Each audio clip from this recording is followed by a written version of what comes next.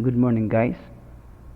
Video support, physics for engineers. Topic is energy, potential energy, particularly elastic potential energy. Elastic. So, ito tayo, problem 15. So, I guess nasa problem 7.15 tayo. A force of 800 newtons stretches a certain spring a distance of 0.2 meters. What is the potential energy of the spring when it is stretched at 0.2 meters? And B, what is the potential energy when it is compressed 5 centimeters? So I guess this is just a simple definition of your potential energy. Saan na yun? Simple definition. Madali lang to. This but just a definition of your potential energy. So potential energy is notated as UL. So yung potential energy natin by position is U lang. U grab. Pag elastic is UL.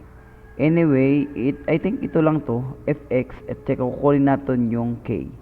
Kaya lang, isa sa mapapansin natin, yung K dito is negative. It's because this is the force exerted by the force, yung ginamit dito is force ng spring, meaning si spring na mismo yung may potential energy. Dito sa problem is in-stretch siya. Okay, so baliktad yan siya. So ibig sabihin, yung formula natin magpa-positive lang yan siya, kasi nga sa derivation natin is sa spring siya, you exerted by an ideal spring. Okay, exerted. So dito is nag-exert tayo para yung spring may stretch or ma-compress. So meaning yung formula lang natin dyan mag-a-adjust will just be of course using F is equal to Kx. Fx is equal to positive Kx, kasi kita man ang ma-compress or ma-stretch. Okay?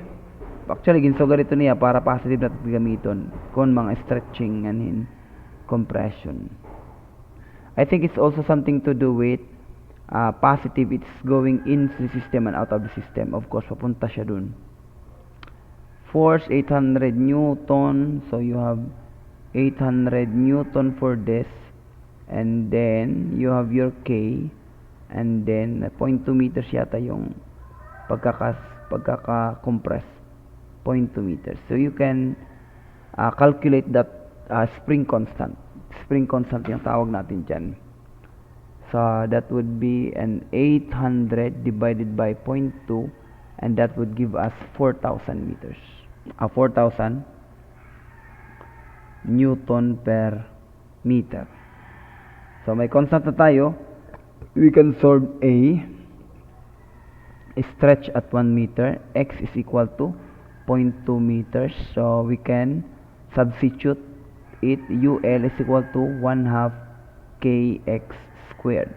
So substitute ka ng K mo, that is 4,000 Newton per meter, and then you multiplied it by your X, which is 0.2.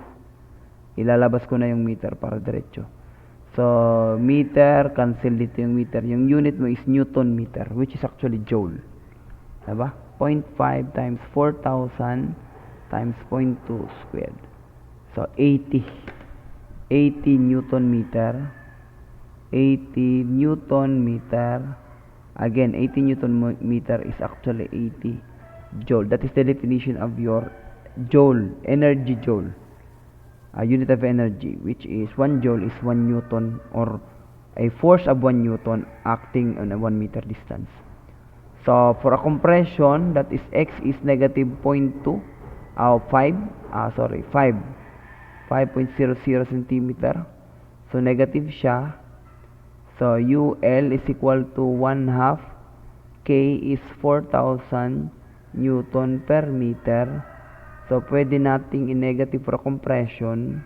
Kaya lang, ganun pa rin naman. So that is a negative. Dalawa tayo dito, isa dalawa. So that is negative 0.05 squared. And then you have squared meter. Okay, so 0.5 times 4000 times 0.05 squared, that will give us 5 Newton meter, or a positive 5 joule. Okay, and that is the answer for this 15. Okay, thank you guys for listening. God bless.